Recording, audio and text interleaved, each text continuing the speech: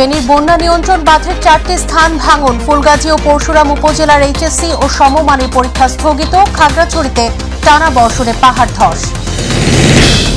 ভারী বৃষ্টি উজানের ঢলে সিলেটে আবারও বন্যার আশঙ্কা। টানা 3 দিনের বৃষ্টিতে রাজধানীর বিভিন্ন এলাকায় জলাবদ্ধতা, ভোগান্তিতে মানুষ। এবছর বন্যার আশঙ্কা রয়েছে, সবাইকে প্রস্তুত থাকার নির্দেশ দিয়েছেন প্রধানমন্ত্রী। একনেক সভায় অনুশাসন।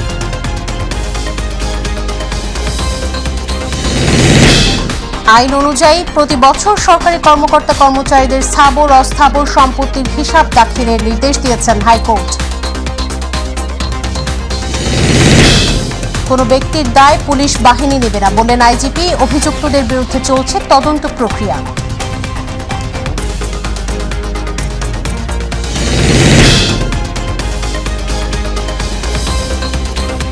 শিরোনাম বলছিলাম, বিস্তারিত সংবাদে যাচ্ছে।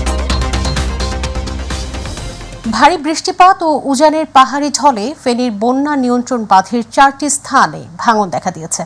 এতে ফুলগাজী ও পরশুরাম উপজেলার কয়েকটি গ্রাম প্লাবিত হয়েছে। 2 উপজেলার আজকের এইচএসসি ও সমমানের পরীক্ষা স্থগিত করা হয়েছে।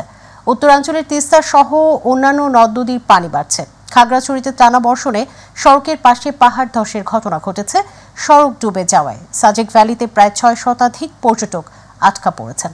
আতিকুর রহমান তিতাসের রিপোর্ট। ফেনীতে ভারী বৃষ্টিপাত ও ভারতের উজানের পানিতে মুহুরী নদীর পানি বিপদসীমার 130 সেন্টিমিটার উপর দিয়ে প্রবাহিত হচ্ছে। এতে বন্যা নিয়ন্ত্রণ বাঁধের 4টি স্থান ভেঙে ফেনীর ফুলগাজী ও পরশুরাম উপজেলার বেশ কয়েকটি গ্রাম প্লাবিত হয়েছে। ফেনী পানি উন্নয়ন বোর্ডের নির্বাহী প্রকৌশলী জানান, নদীর পানি এখনও বাড়ছে। রাত 1টা পর্যন্ত মুহুরী নদীর পানি বিপদসীমার 130 সেন্টিমিটার উপর দিয়ে প্রবাহিত হচ্ছিল। এখন পর্যন্ত ফুলগাজীর 3টি ও পরশুরামের 1টি স্থানে ভাঙনের সৃষ্টি হয়েছে। এতে উত্তর দৌলতপুর ও দক্ষিণ দৌলতপুর গ্রাম প্লাবিত হয়েছে। পানি বাড়লেও বাঁধের আরও কয়েকটি অংশে ভাঙনের আশঙ্কা রয়েছে। 2 উপজেলার আজকের এইচএসসি ও সমমানের পরীক্ষা স্থগিত করা হয়েছে। সমীক্ষা করা হয়েছে, এই জন্য আমরা 50 কোটি টাকার উপরে প্রকল্প হলে পরে আমরা একটা ফিজিবিলিটি স্টাডি করি, যাতে করে এটা সঠিকভাবে আমরা কার্যক্রম গ্রহণ করতে পারি।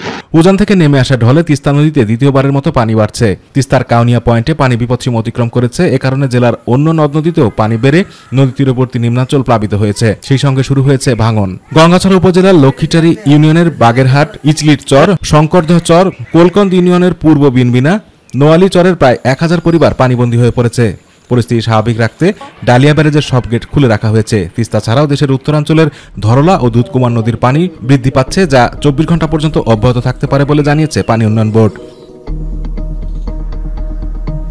খাগড়াছড়িতে টানা বর্ষণে সাপমারা এলাকায় সড়কের পাশে পাহাড় ধসের ঘটনা ঘটে। এতে প্রায় 4 ঘন্টা খাগড়াছড়ির সঙ্গে ঢাকা ও চট্টগ্রামের যান চলাচল বন্ধ ছিল। তবে বর্তমানে যান চলাচল স্বাভাবিক হয়েছে। এর আগে ভোরে পাহাড় ধসের ঘটনায় ঢাকা থেকে ছেড়ে আসা বাসগুলো আটকা পড়ে। এতে ভোগান্তিতে পড়েন যাত্রীরা। এদিকে টানা বৃষ্টিপাতের কারণে পাহাড়ি ঢল নেমে খাগড়াছড়ির সাজেকে সড়ক যোগাযোগ বন্ধ হয়ে যাওয়ায় সাজেক ভ্যালিতে প্রায় 6 শতাধিক পর্যটক আটকা পড়েছে। মধ্যরাত থেকে বাগাইহাট বাজারে পাহাড়ি ঢলের পানি বাড়ায় সড়ক এবং বেইলি ব্রিজ তলিয়ে সাজেকের সঙ্গে সড়ক যোগাযোগ বন্ধ রয়েছে। আতিকুর রহমান তিতাস, মাই টিভি।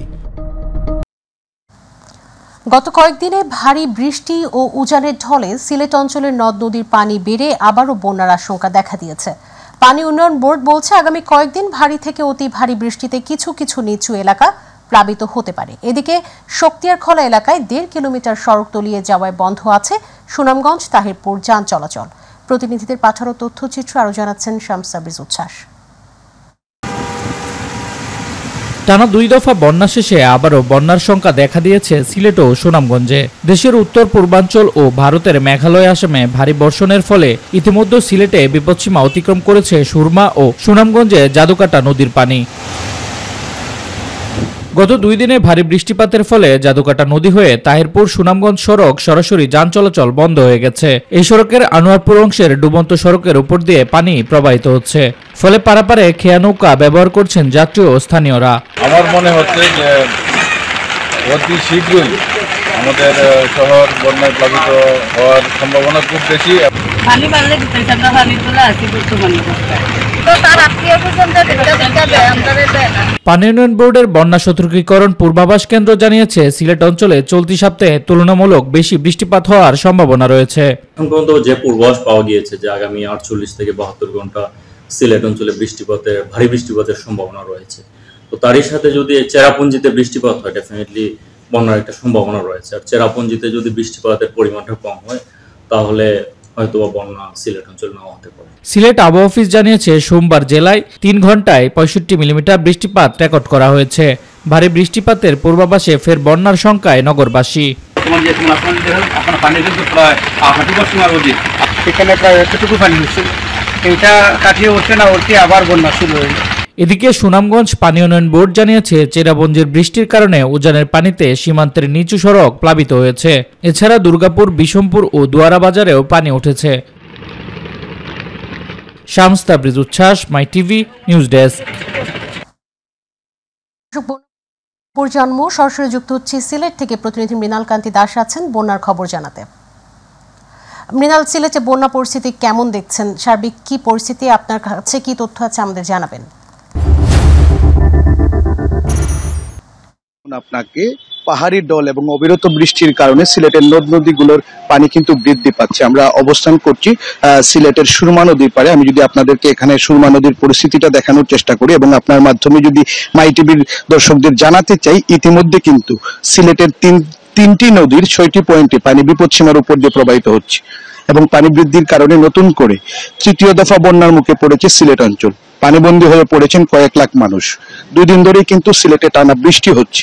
সোমবার ও মঙ্গলবার বৃষ্টি অব্যাহত রয়েছে এবং বিপদসীমার উপর দিয়ে প্রবাহিত হচ্ছে সুরমা নদীর কানাইঘাট ও ফেন্সুগঞ্জ পয়েন্ট এবং সিলেট পয়েন্টেও পানি কিন্তু বিপদসীমা ছুঁই ছুঁই করছে। তবে আবহাওয়া অফিসের সাথে আমরা কথা বলেছি, তারা যে তথ্য দিয়েছে, গত 24 ঘন্টায় সিলেটে বৃষ্টিপাত হয়েছে 294 মিলিমিটার এবং আজ সকালে 6টা থেকে 9টা পর্যন্ত 3 মিলিমিটার বৃষ্টিপাত হয়েছে এবং 2য় দফা বন্যার পানি কমতে না কমতে 3য় দফায় ফের বন্যার আশঙ্কা তৈরি হয়। অনেকটা ভয় আতঙ্কে রয়েছে সিলেট অঞ্চলের মানুষ। তবে আরেকটি বিষয় আমি আপনাদেরকে জানিয়ে রাখতে চাই যে প্রথম থেকেই কিন্তু সিলেট সিটি কর্পোরেশন এবং জেলা প্রশাসন বন্যা মোকাবেলায় ব্যাপক প্রস্তুতি গ্রহণ করেছে। তবে সিলেটের যারা সচেতন মানুষ রয়েছেন তারা মনে করছেন সরকারের পাশাপাশি যারা বিত্তবান রয়েছেন, বিশেষ করে যারা সিলেটের প্রবাসী রয়েছেন, তারা যদি এগিয়ে আসেন তাহলে অতি দ্রুত কিন্তু এই প্রাকৃতিক দুর্যোগ মোকাবেলা করা সম্ভব হবে। আসলে এই ছিল সিলেট থেকে বন্যা পরিস্থিতি সার্বিক এখনকার পর্যন্ত আমার কাছে সর্বশেষ। মৃণাল, আপনাকে ধন্যবাদ। দর্শক, সিলেট থেকে মৃণাল কান্তি দাস ছিলেন আমাদের সাথে বন্যার খবর জানাতে। এদিকে তীব্র গরমের পর বৃষ্টিতে রাজধানীবাসীর মধ্যে কিছুটা স্বস্তি ফিরলেও টানা 3 দিনের বৃষ্টিতে নগরের বিভিন্ন এলাকায় জলাবদ্ধতা বেড়েছে, মানুষের দুর্ভোগ।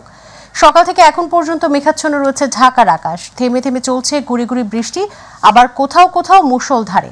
সকাল থেকে এইচএসসি পরীক্ষার্থীরা পড়েন বিপাকে। যানবাহনের জন্য তাদের গুনতে হয়েছে বাড়তি ভাড়াও। আজ দেশের অধিকাংশ জায়গায় আরও ঝড় বৃষ্টি হতে পারে বলে জানিয়েছে আবহাওয়া অফিস। এছাড়া দেশের কোথাও কোথাও অতি ভারী বর্ষণ হতে পারে। এই পরিস্থিতি অব্যাহত থাকতে পারে আরও 3 দিন।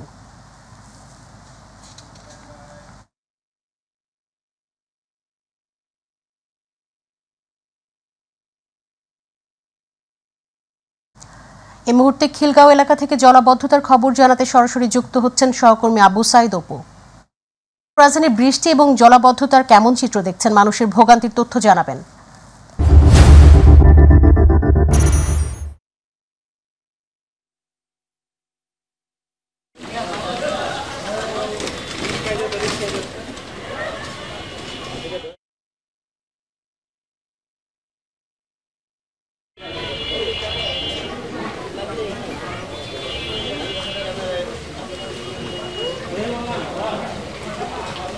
মুন, আপনাকে ধন্যবাদ। আসলে আপনার মাধ্যমে আমি দর্শকদেরকে জানাতে চাই যে গত কয়েকদিনের যে ভারী বৃষ্টিপাতের কারণে কিন্তু রাজধানীর বিভিন্ন এলাকায় এবং উত্তর এবং দক্ষিণ সিটি কর্পোরেশনের যে এলাকাগুলো আছে সে এলাকার অধিকাংশ এলাকায় কিন্তু এভাবেই আপনি দেখতে পাচ্ছেন যে পানিতে আসলে নিমজ্জিত হয়ে পড়েছে। কারণ এখানে অল্প বৃষ্টিতেই হাঁটু পানিতে উঠে যাচ্ছে, কোনো কোনো এলাকায় কোমর পানিতে পর্যন্ত উঠে যাচ্ছে এবং মানুষজনের আসলে চলাচলের চরম একটা ভোগান্তির সৃষ্টি হয়েছে।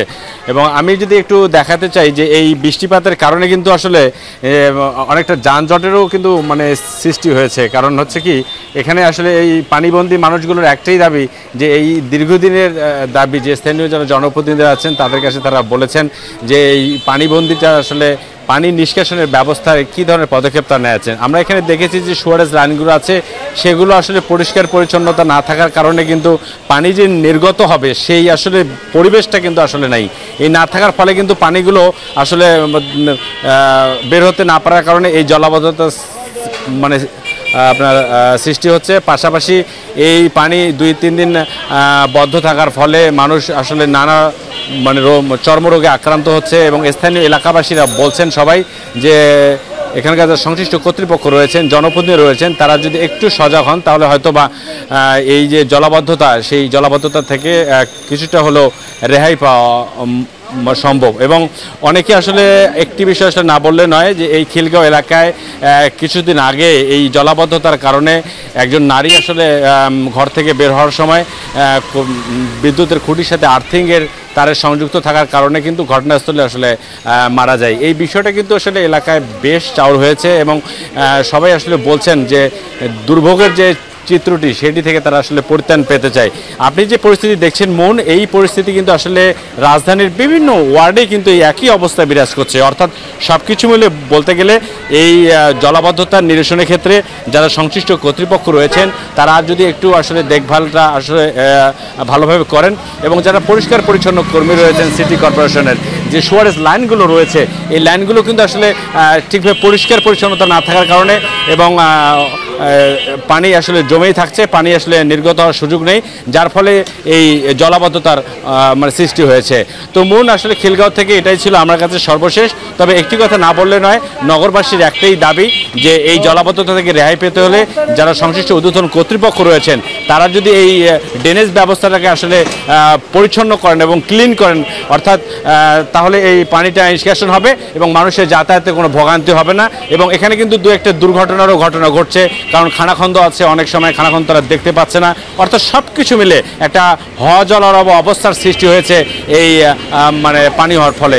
অর্থাৎ সব কিছু মিলে ভারী বর্ষণের যে মানে বিস্তৃতিটা, সেই বিস্তৃতিতে কিন্তু আসলে বিভিন্ন ওয়ার্ডে, বিভিন্ন এলাকায়, বিভিন্ন গলিতে পানি বন্দী হয়ে পড়েছে। পানি নিষ্কাশনের ব্যবস্থার জন্য দ্রুত দাবি জানিয়েছেন জনপ্রতিনিধির কাছে নগরবাসী।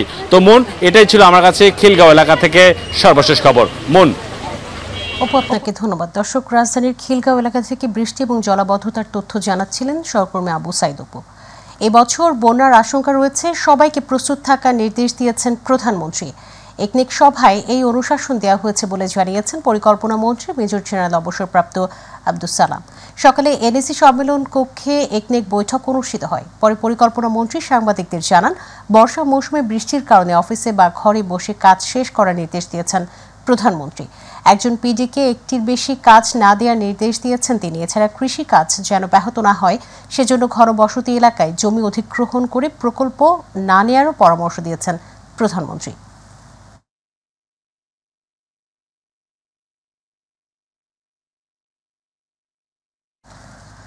আইন অনুযায়ী প্রতি বছর সরকারি কর্মকর্তা কর্মচারীদের স্থাবর অস্থাবর সম্পত্তির হিসাব দাখিলের নির্দেশ দিয়েছেন হাইকোর্ট। দুর্নীতির দেশে সুশাসন ও উন্নয়নের অন্তরায় উল্লেখ করে হাইকোর্ট বলেন, যে কোনো উপায়ে দুর্নীতি অর্থ পাচার বন্ধ করতে হবে। সব শ্রেণী পেশার মানুষকে দুর্নীতির বিরুদ্ধে আন্দোলন গড়ে তুলতে হবে। দুর্নীতি রোধে সরকারি কর্মকর্তাদের সম্পদের হিসাব আইন অনুযায়ী দাখিল ও ওয়েবসাইটে প্রকাশের নির্দেশনা চেয়ে রিটের শুনানিতে আদালত এ মন্তব্য করেন। হাইকোর্ট বলেন, আইনের যথাযথ প্রয়োগ না থাকায় দেখা যাচ্ছে অনেক সরকারি কর্মকর্তা অঢেল সম্পদের মালিক হচ্ছেন। এটা বাঞ্ছনীয় নয়। আদালতের রিটের পক্ষে শুনানি করেন অ্যাডভোকেট সুবীর নন্দী দাস। রাষ্ট্রপক্ষে deputy attorney general AKM Aminuddin Manik, দুদকের পক্ষে আইনজীবী ফজলুল হক শুনানি করেন। বিপুল পরিমাণ অবৈধ সম্পদ অর্জনের অভিযোগে BIWT এর সাবেক চেয়ারম্যান অবসরপ্রাপ্ত additional IGP doctor Shamsuddoha Khandaker ও তার স্ত্রী ফেরদৌসী সুলতানার বিরুদ্ধে চার্জশিট দিয়েছে দুদক। মঙ্গলবার চার্জশিটটি ঢাকা মহানগর সিনিয়র স্পেশাল জজ আদালতে দাখিল করে মামলার তদন্তকারী কর্মকর্তা। দুদকের তথ্য বলছে, ঢাকা সহ দেশের বিভিন্ন স্থানে 1027 শতক জমি আছে তাদের নামে। দলিলে এসব জমির দাম 70 কোটি টাকা দেখানো হলেও আদতে বাজার দর প্রায় 500 কোটি টাকার বেশি হবে। গত 18 মার্চ আদালত তার এসব সম্পত্তি জব্দ করার আদেশ দেয়। পরদিন তিনি উচ্চ আদালতে আপিল করলে ওই আদেশ স্থগিত হয়ে যায়। এছাড়া রাজধানীর গুলশানে অন্তত 200 কোটি টাকা দামে সরকারি জমি ও বাড়ি নিজের করে নিতে নানা ধরনের চেষ্টা চালাচ্ছেন তিনি। 2019 সালে শামসুদ্দোহার দম্পতির বিরুদ্ধে মামলা দায়ের করে দুদক।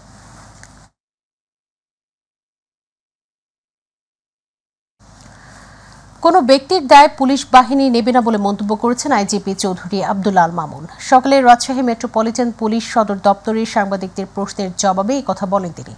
পুলিশের আইজি বলেন, যাদের বিরুদ্ধে অভিযোগ উঠেছে তাদের তদন্ত প্রক্রিয়া চলছে। উন্নত বাংলাদেশ বিনির্মাণে এবং স্মার্ট বাংলাদেশ পুলিশ বাহিনী গঠনে সম্ভাব্য সকল প্রক্রিয়া চলমান রয়েছে বলে জানান তিনি।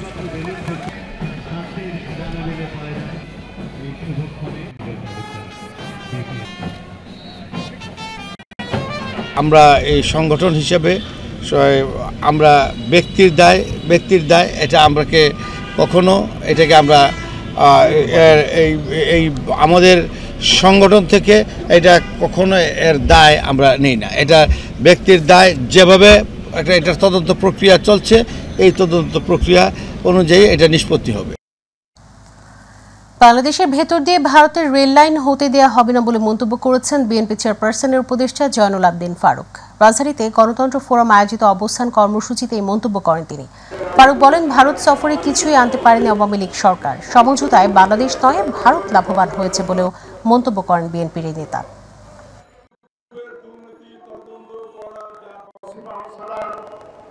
বাংলাদেশে এই ভারতীয় আগ্রাসনের বিরুদ্ধে লড়াই করতে হবে। জীবনের যত শক্তি আছে সকল শক্তি প্রয়োগ করে বাংলাদেশে হিন্দুস্তানে এই আগ্রাসন এর রেল লাইন নির্মাণ বন্ধ করবই করব। ৩ বছর আগেই ঝুঁকিপূর্ণ ঘোষণা করলেও এখনও নির্মিত হয়নি বিকল্প সেতু, যার ফলে ঝুঁকি নিয়েই ব্যবহৃত হচ্ছে বরিশাল খুলনা মহাসড়কের ঝালকাঠির বাসুন্ডা বেইলি ব্রিজ। কিছুদিন পরপর সেতুর উপরে প্লেটে ঝালাই দিয়ে চলছে নিয়মিত। যে কোনো বড় দুর্ঘটনার আশঙ্কা করছেন যানবাহন চালক ও স্থানীয়রা। সড়ক বিভাগ বলছে সেতুটি কংক্রিট দিয়ে নির্মাণ করার জন্য প্রস্তাব পাঠানো হয়েছে। প্রতিনিধি সাইদুল ইসলাম ফরাজের রিপোর্ট, জানাচ্ছেন এসএম হামিম। ঝালকাঠির বাসুন্ডা নদীর উপর ৮০ দশকে নির্মিত বেইলি সেতু দিয়ে প্রতিদিন অসংখ্য যানবাহন চলাচল করে। ৩ বছর আগে সেতুটিকে ঝুঁকিপূর্ণ ঘোষণা করে সড়ক বিভাগ। বড় বড় যানবাহন আসলে এই ব্রিজ একটা লড়তে থাকে। এই লড়ার সাথে সাথে পাবলিক যারা আছে এর আশপাশে কেউ ঘুমাইতেও পারে না এই শব্দের বিকট আওয়াজে। অ্যাক্সিডেন্ট হয়, সেদিনকার একজন মারা গেছে ব্রিজে। প্রতি মাসেই প্লেট ঝালাই করে জোড়াতালি দিয়ে কাজ চালাচ্ছে সড়ক বিভাগ। যে কোনো সময় ভেঙে বড় দুর্ঘটনা করতে পারে এমনটা আশঙ্কা করছেন চালক ও যাত্রীরা। একটা জায়গায় যদি নির্মাণ কাজ করে সেখানে তো অন্ততপক্ষে ১ মাস ১৫ দিন পরে সেটা ভাঙার কথা বা উঠে যাওয়ার কথা, কিন্তু গতকালকে করছে, আজকে আবার সেটা নাই। লোড গাড়ি উঠলে আমাকেও আতঙ্কের ভিতরে থাকে, যাত্রী তো আতঙ্কের ভিতরে থাকে, আর মাঝে মাঝে ওই মাথার প্লেট টাইট হয়ে যায়। এটা সরকার যদি ভালোভাবে পোক্ত করে ব্রিজ করিয়ে দেয় তাহলে তো আর এত দুর্ঘটনার ঝুঁকিতে আমরা পড়ি না। ঝুঁকিপূর্ণ হওয়ায় ইতিমধ্যে নতুন আরসিসি সেতুর প্রস্তাব পাঠানো হয়েছে। যান চলাচল স্বাভাবিক রাখতে নিয়মিত সংস্কার করা হচ্ছে বলে জানিয়েছে সড়ক ও জনপথ বিভাগ। এই সেতুটি ঝুঁকিপূর্ণ হওয়ায় ইতিমধ্যে আমরা সেতুটির স্থলে নতুন আরসিসি সেতুর প্রস্তাব পাঠিয়েছি। এটির জন্য আমাদের যে ফিজিবিলিটি স্টাডি এবং হাইড্রোলজি মরফোলজি স্টাডি প্রয়োজন তা ইতিমধ্যে সম্পূর্ণ করা হয়েছে। সেতুটি ভেঙে পড়লে ঝালকাঠি থেকে পিরোজপুর, বাগেরহাট, খুলনা ও যশোরের সড়ক যোগাযোগ সম্পূর্ণ বন্ধ হয়ে যাবে।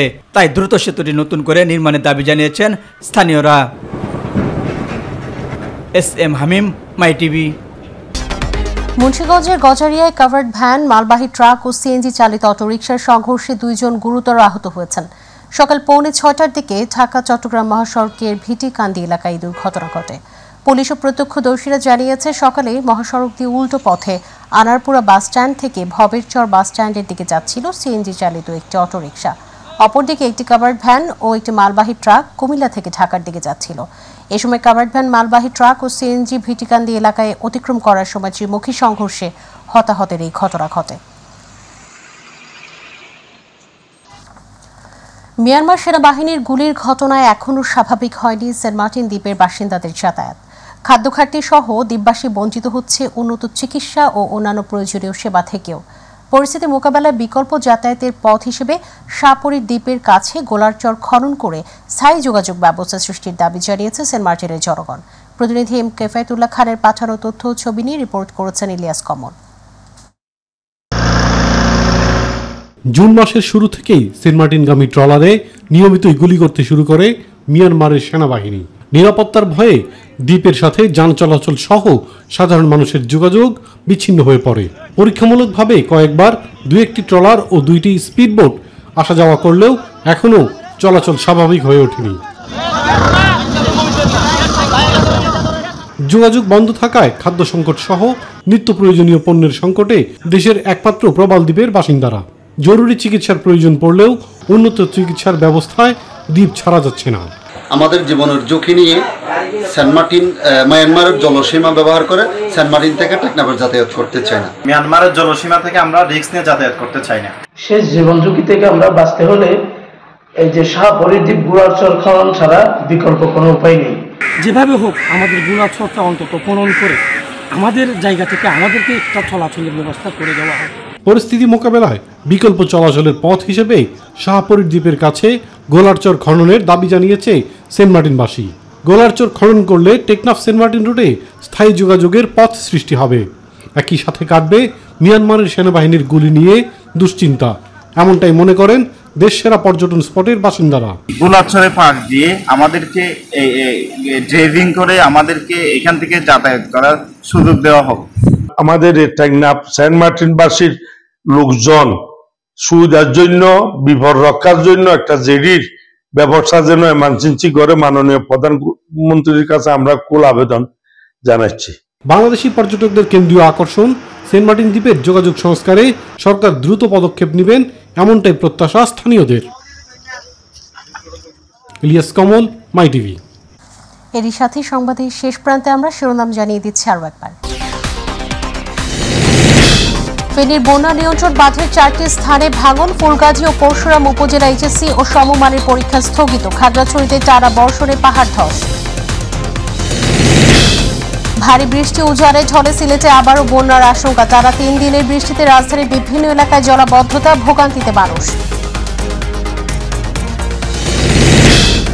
এবছর বন্যার আশঙ্কা রয়েছে, সবাইকে প্রস্তুত থাকার নির্দেশ দিয়েছেন প্রধানমন্ত্রী। একনেক সভায় অনুশাসন।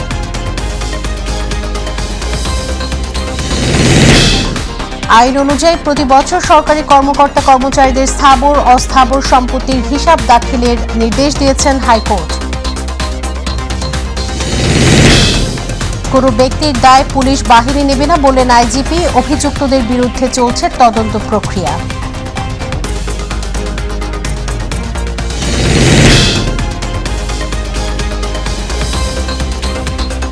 সঙ্গে থাকার জন্য ধন্যবাদ। এছাড়া ইউটিউবে মাই টিভির সংবাদ পেতে ভিজিট করুন /mytvpt নিউজ, আর আমাদের অনুষ্ঠান দেখতে ভিজিট করুন /mytvবাংলা, Facebook /mytvবাংলা। পরে সংবাদ দেখার আমন্ত্রণ জানিয়ে বিদায় নিচ্ছি। আল্লাহ হাফেজ।